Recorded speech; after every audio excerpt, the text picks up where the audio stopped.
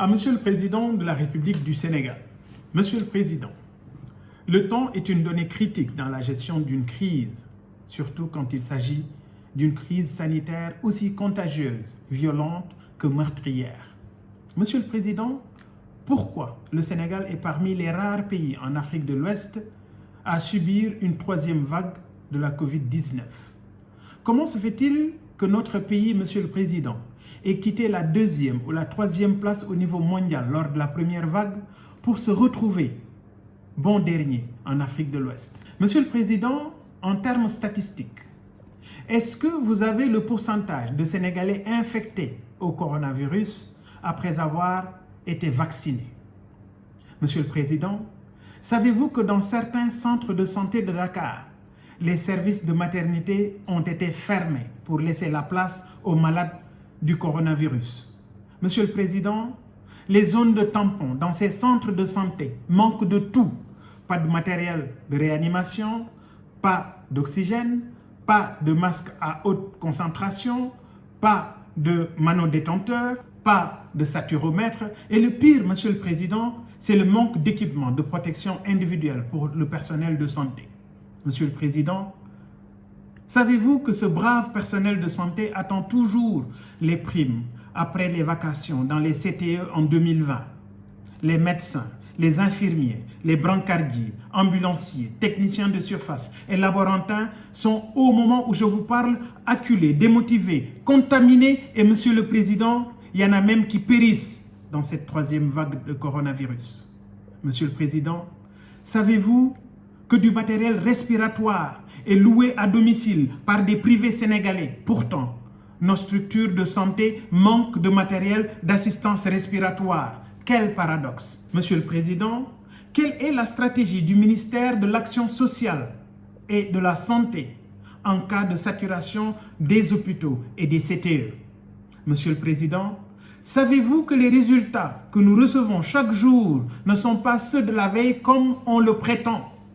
Les laboratoires en charge des tests accusent entre 1 semaine et 10 jours de retard dans la délivrance des résultats des tests Covid-19. Monsieur le Président, pensez-vous que nos compatriotes doutent de l'existence de la maladie? Non, Monsieur le Président. C'est plutôt les paroles des gouvernants que vous êtes qui ne les rassurent plus. Monsieur le Président, pouvez-vous nous expliquer pourquoi les CTE ont été désinstallés par le ministère de la Santé et de l'Action sociale, alors que l'Organisation mondiale de la santé, déjà en novembre 2020, avait lancé l'alerte sur l'imminence d'une troisième et même d'une quatrième vague?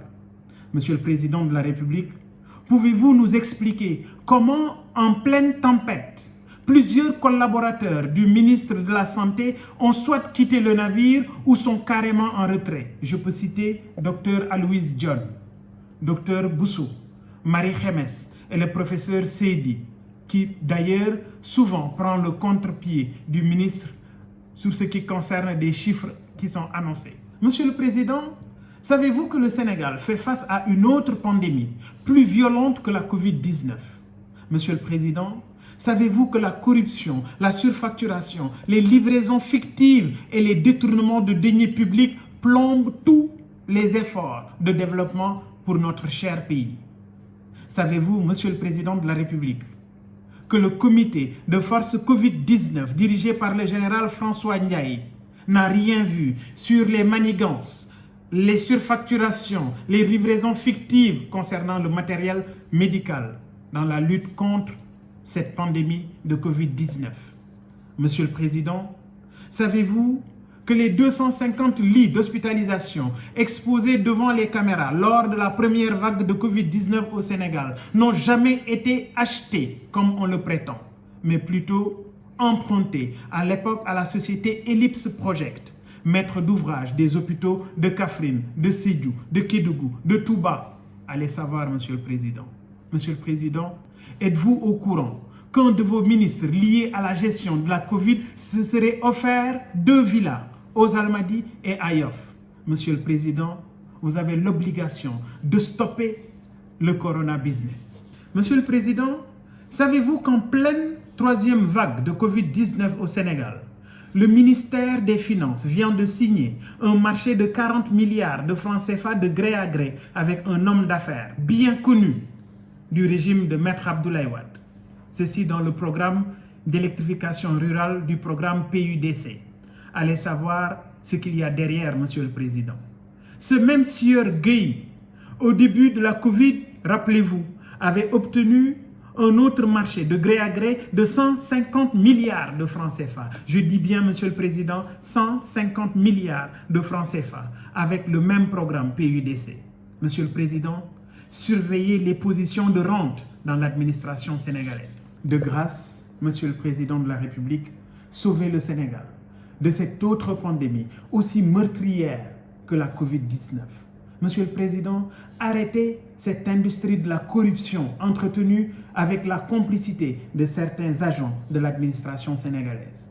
Telles sont là, Monsieur le Président de la République, autant de questions que je voudrais vous poser suite à l'arrivée de cette troisième vague de Covid-19, aussi meurtrière que dévastatrice.